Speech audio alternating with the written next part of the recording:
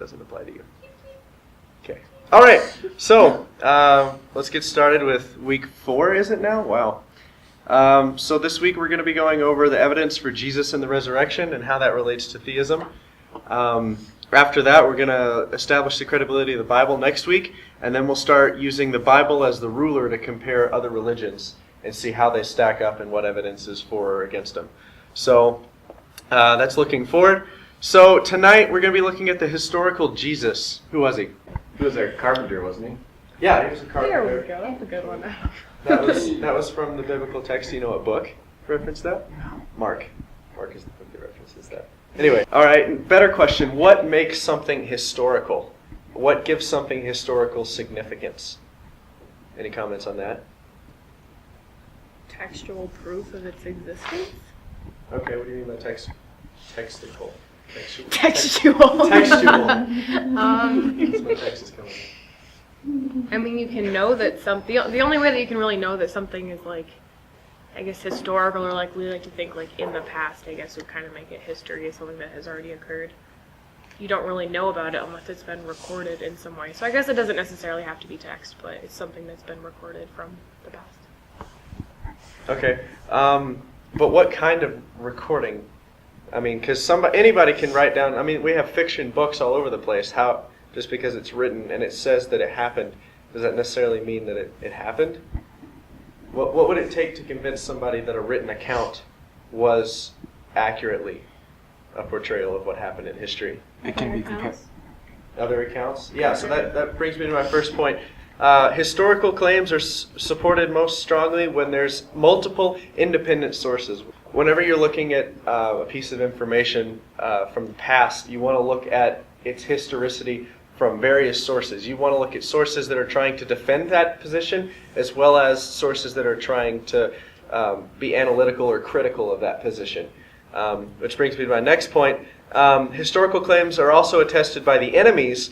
If you're going to look at something like global warming, if aliens or future life forms looked at our past and said, hey, there was this thing about global warming. Did it exist or didn't it? Well, you've got tons of sources on both sides of the coin. Some saying it exists, some saying it doesn't. And so having that opinion from both sides of the argument will give more credibility to the fact that this was an issue at our time. Does that make sense?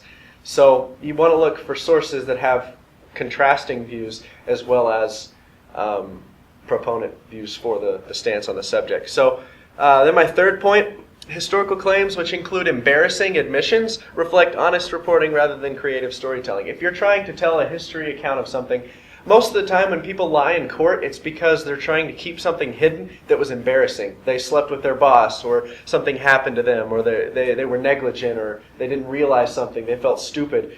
A lot of times we see that with rape victims. They don't want to tell somebody because they're embarrassed. You know, it was a terrible, traumatic incident, so they don't want anybody else to know. So, if somebody is admitting to embarrassing facts when there's really no reason for them to be, it's usually a pretty good evidence for that historical account being true. Historical claims are also strong when supported by eyewitness testimony. There are a lot of arguments against eyewitness testimony, especially in the court of law. First, something like 90% of the first cases re-reviewed and reopened by DNA testing were false accusations for people that were on death row, and they were exonerated because the DNA testing showed that they were innocent, but yet they were convicted on eyewitness testimony. So eyewitness testimony is a little bit of a flaky one there. But it still helps support it. If you get enough people all saying the same thing, the thing with those court cases, they were isolated. It was one person that saw it or two people that saw it. But when you have entire groups of people, we can't say that Hitler didn't exist because tons of people saw him. Eyewitness testimony. We've got an entire race of Jews. We've got the rest of the world. The whole world broke out in war. So there's plenty of eyewitness testimony to the fact that Hitler existed. So in that sense, the eyewitness testimony is overwhelming that something existed. Does that make sense? So then my next point, historical claims which are supported by early testimony are more reliable and less likely to be the result of legendary development. Basically what that means is that the earlier an account you can get, probably the more accurate it is. That's why they try to get sketchings of people in the police department. If you saw somebody do something, they try to get a sketch immediately. They try to get you to write down your entire testament really, really fast. They do a lot of things to try and get as much information off your brain before your brain starts distorting it, before you add embellishments, and then you forget things. You're like, oh, did he have black hair or brown hair? I don't really remember, So the earlier a testimony, the more reliable it is, generally. So with this in mind, anybody have any questions before I go on? Like, obviously, from like the Jewish perspective, how would you bring this topic up with the fact that like Jesus was? I don't know. I'm trying to figure out how you would bring this up to somebody. I feel like the big argument was arguing that Jesus was the Messiah, because as far as I know, almost all Jews will agree that Jesus lived. Just the fact that he's the Messiah. Yeah. So that's just where you would try. Yeah, right. And I'm actually going to get into that real quick if you'll just hang on real quick. That's fine. I was just. Yeah, that's good. Good. There is a historical approach called the minimal facts approach to the existence of Jesus.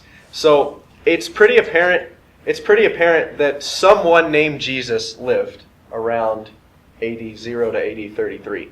So that's across the board accepted academically. There is at least some guy that had a lot of influence that was a teacher in the area where Jesus lived.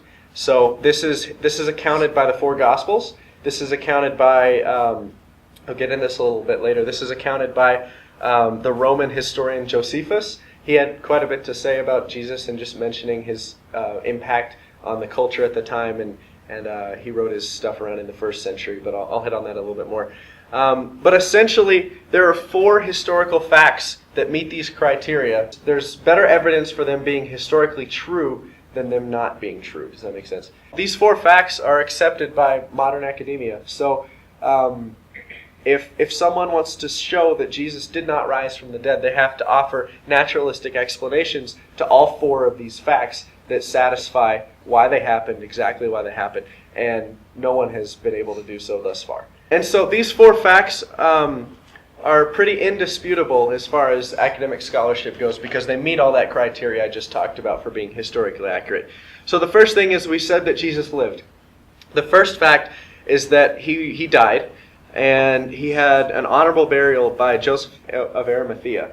Now, Joseph of Arimathea, he was a member of the Sanhedrin. He was kind of the upper tier of the religious leaders, and he actually gave him an honorable, formal Jewish burial and put him in a Jewish tomb. Now, that tells us 2 things. Number one, even though he had a lot of followers, the guy that buried him and gave him an honorable burial was one of his enemies. The Sanhedrin and those guys, the Pharisees, those were the ones that just killed him on the cross, that blamed him and said he should die, and they killed him. And so a member of one of the people that killed him actually buried him and gave him all the Jewish customs and traditions of embalming and stuff like that.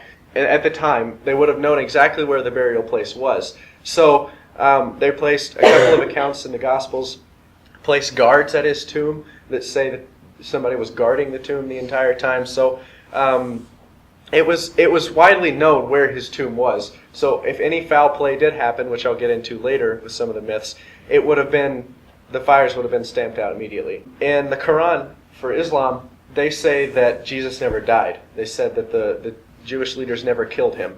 These people were professional executioners. That was their entire livelihood, was to kill people. And they took absolutely no chances. In a couple of the gospel accounts, they were not going to break Jesus' legs, which was fulfillment of a prophecy that no bones would be broken when he died. But in addition to that, they didn't break his legs because he was already so close to dying. What they normally would do is they'd be up on the cross and they'd stay for about 12, 13 hours. And by the end of that, when the sun went down, everybody was tired of waiting and watching and stuff. And so to quicken the execution, they would take a big bat or a big pole and whack it against their legs and break their legs. And then they couldn't support their weight on that nail at the bottom of their feet. And so as they were dragging, their arms would get pulled up, their shoulders would get dislocated, and their lungs would get crushed. And so it made it harder for them to breathe. They couldn't breathe in without excruciating pain, thus quickening their death.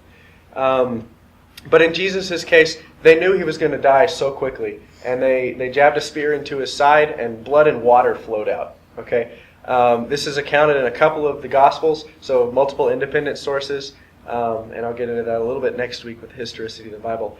but the Gospels are independent, multiple sources. And they said that blood and water spewed out of his side. And if that happens, you're not going to be alive for much longer. It's very obvious by these multiple independent sources that he did die, he did suffer this excruciating death, and it's historically accurate to say that he died and he was given a proper burial.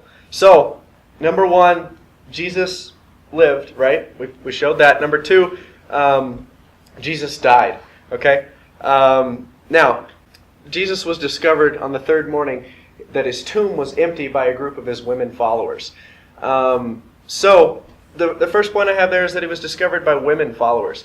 In that time in the culture, women were not taken seriously at all. They were considered untrustworthy. They had absolutely no moral bearing at all. They were just treated as animals, for lack of a better word. They weren't even allowed to testify in a court. So, if your wife saw the neighbor kill you, she couldn't even testify in court saying that he killed you because her word wasn't accurate. So, backing up to another point, this was an embarrassing fact. For this Jesus to be found not in his tomb by a group of his women followers is an embarrassment because all of his disciples, all the people that believed that he rose from the dead and he wasn't in his tomb anymore, they believed that on an account of a woman, even if they recorded the fact that he was discovered gone by his women followers. They knew that they were shooting themselves in the foot because no one would believe their story. But ironically, in this day and age, we can see how it actually adds to the historicity.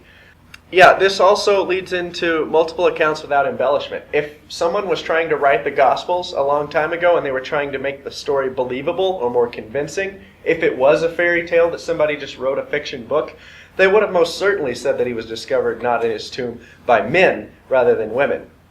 Because if you're trying to build a case for a fake story, you want it to hold water, right? So they would have said it was men that discovered it rather than women. So the only reason, fathomably, that they would have recorded women followers discover the empty tomb was the fact that it was empty.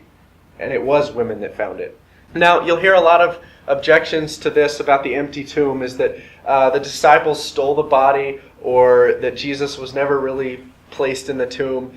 And all of these things, number one, are just widely not even accepted by academia anymore. Like, these didn't come up until after his death, quite some time.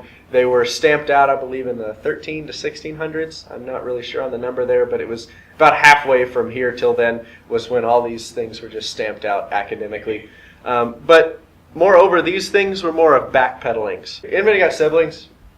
Okay, your siblings tried to lie for you, and they're like, well, he did, or no, you hit your sibling, right? I've done this a lot. You hit your sibling, and then they run, Mom, he hit me. And then instantly you're like, no, I didn't hit her, something fell on her. It's a backpedal trying to rewrite the truth. That's what these things are. The disciples stole the body. The Sadducees and the Sanhedrin and the Jewish teachers would have no reason to say that the disciples stole the body unless it was believed that there was an empty tomb. They would have no reason to say that the disciples stole the body unless they themselves knew that there was an empty tomb. Does that make sense? So that just adds credibility to the first point, but also the second point, the discovery of the empty tomb. It's more probable than not that the tomb was empty on the third day. And the way that they buried him with the large stone in front and the guards that were placed there would have been no way for them to steal the body or Jesus to not have been in there. Again, he was given a proper burial by one of his enemies. So he was put in the tomb and he was defended accordingly. So that brings me to my next point, the post-mortem appearances of Jesus to his other followers. It mentions in the Gospels that Jesus appeared to his followers, to his disciples, to Paul, to James, Jesus' brothers, multiple people. At one time it even says, I think in Acts, Jesus actually appeared to a group of about 300 people. So 300 followers actually saw Jesus. Acts was a very, very meticulously kept account of history and the growth of the early church. It was scribed by Luke, who was a doctor. While although their technology kind of capped him, the fact that he still had to be systematic and analytical to his profession carried on into his history ability. Like I said earlier, there were appearances to James and to Paul and to people that really hated him, and then all of a sudden they turned their entire lives around to work towards that cause. So the main objection to this is that the people were hallucinating, or they were seeing, an image, or just they had a dream or something where Jesus appeared.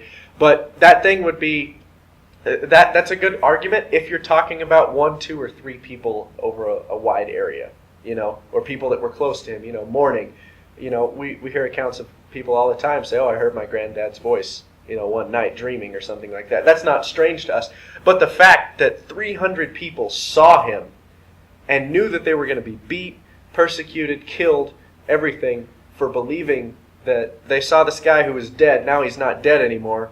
Holy snot, what am I going to do? It just adds to the historicity that the people saw him dead, and now he's not dead anymore, and so they're going to do something about it. So these post-mortem appearances are recorded, and the argument that it was a mass hallucination, or it was people just seeing visions of Jesus instead of actually seeing him. I believe it was Peter that said, I won't believe until I put my hand in your side and through your hand. Actually touching Jesus. That kind of narrative doesn't come from an illusion or from a hallucination. That's something from a tangible, Jesus was actually there. So the post-mortem appearances also add to the historicity of Jesus, which leads me into the fourth point, just the fact that the church grew so rapidly. The explosion of Christianity. King Herod actually killed John the Baptist. He killed a whole lot of his disciples because he was scared. There was no reason for him to kill these people unless he had a reason to, unless he was scared. He was actually scared of rebellion. There's actually times in Acts when Paul is preaching to these people, and the rulers and the judges come out and they're like, dude, you've got to calm these people down, because they were going to riot.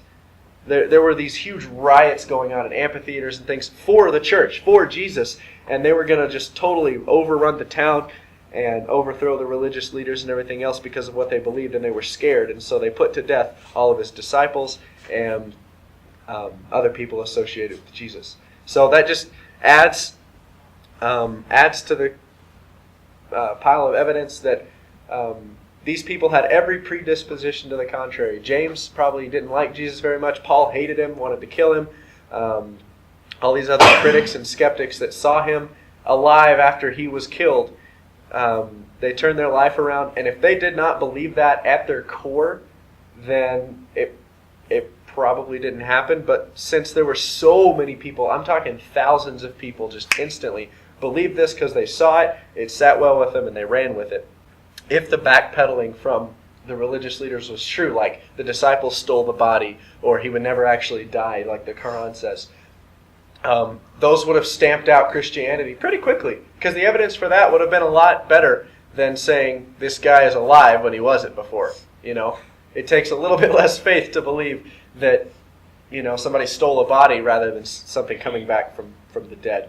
So because this all happened in such a concentrated place with people that saw what was going on, if there was any kind of discredit to the story or anything like that, it would have been squelched out immediately. There would have been no reason to believe it, because these people were dying, being tortured. They were being crucified just the way Jesus was. One of his disciples even said, hey, do it upside down because I'm not worthy to be like him.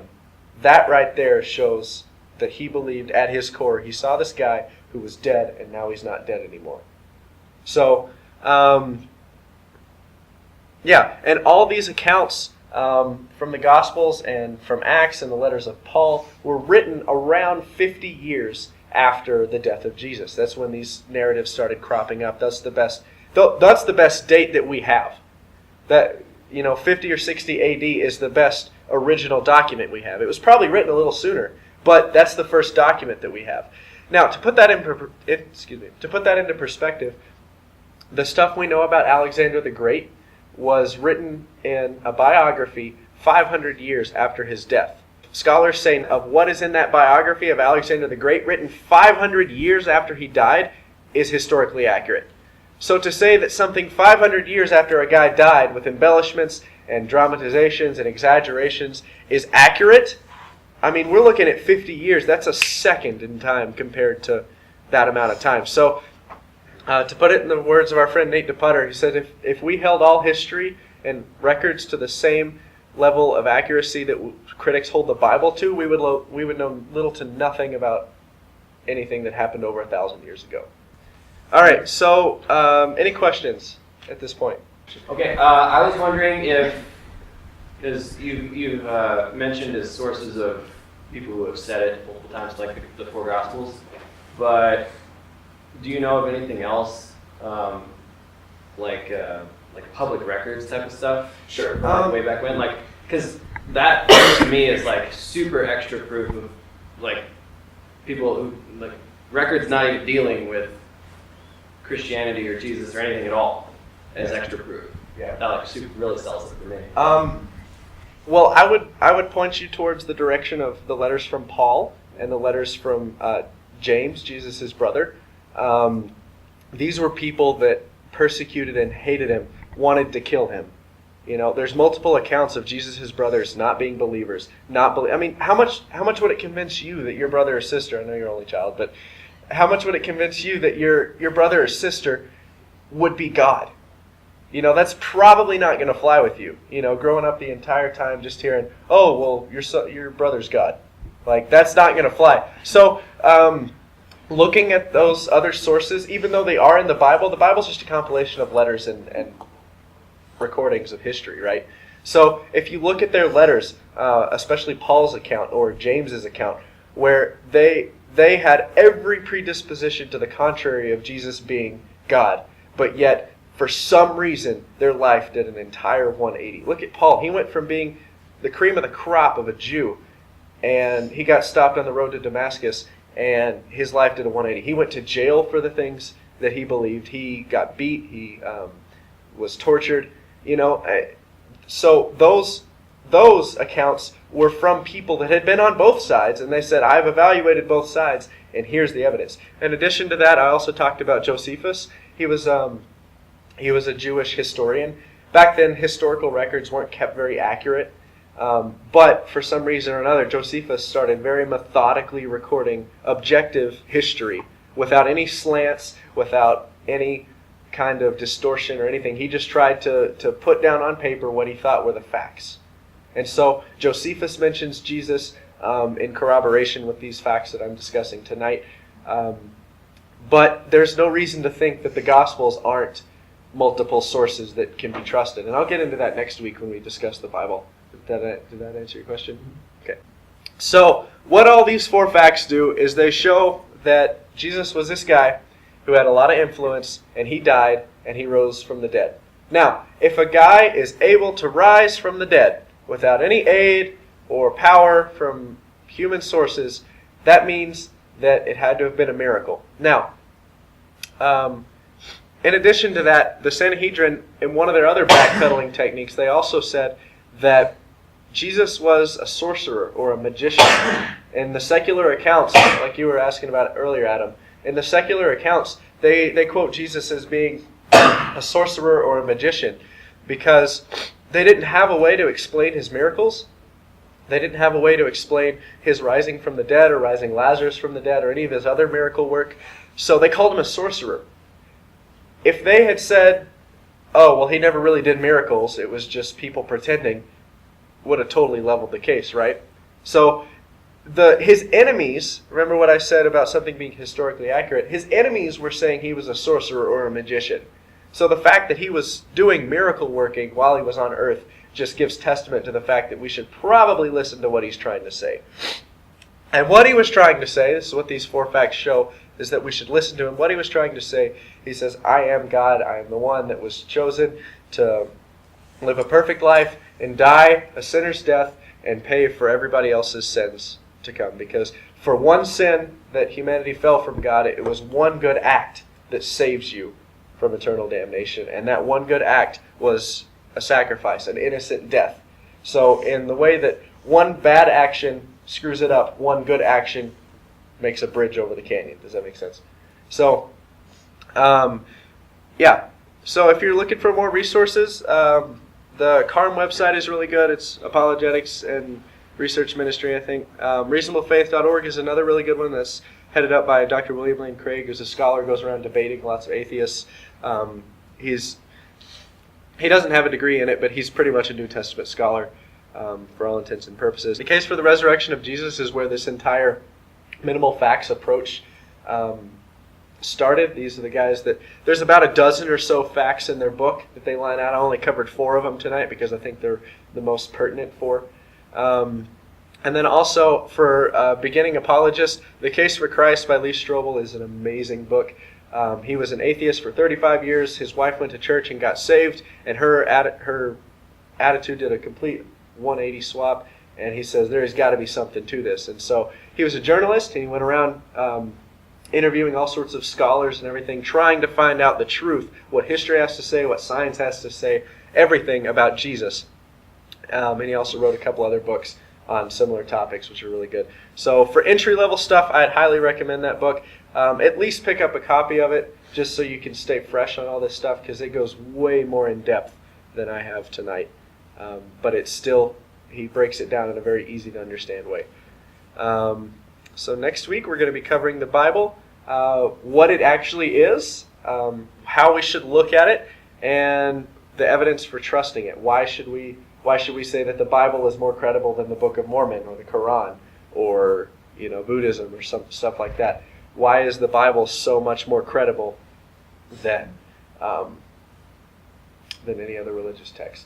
So that's what's coming up next week. And then after that, we're going to use the Bible as kind of the measuring stick to look at other religions like Islam and Hinduism and Buddhism and some other things like that, Universalism, and just kind of see how their evidence stacks up versus the Bible's. So we've made the case for Christianity, and we'll finish that up next week. If you have any questions, come back next week ready to go, and I'll give a little bit of time for questions. Do some more of your own research, and come back next week.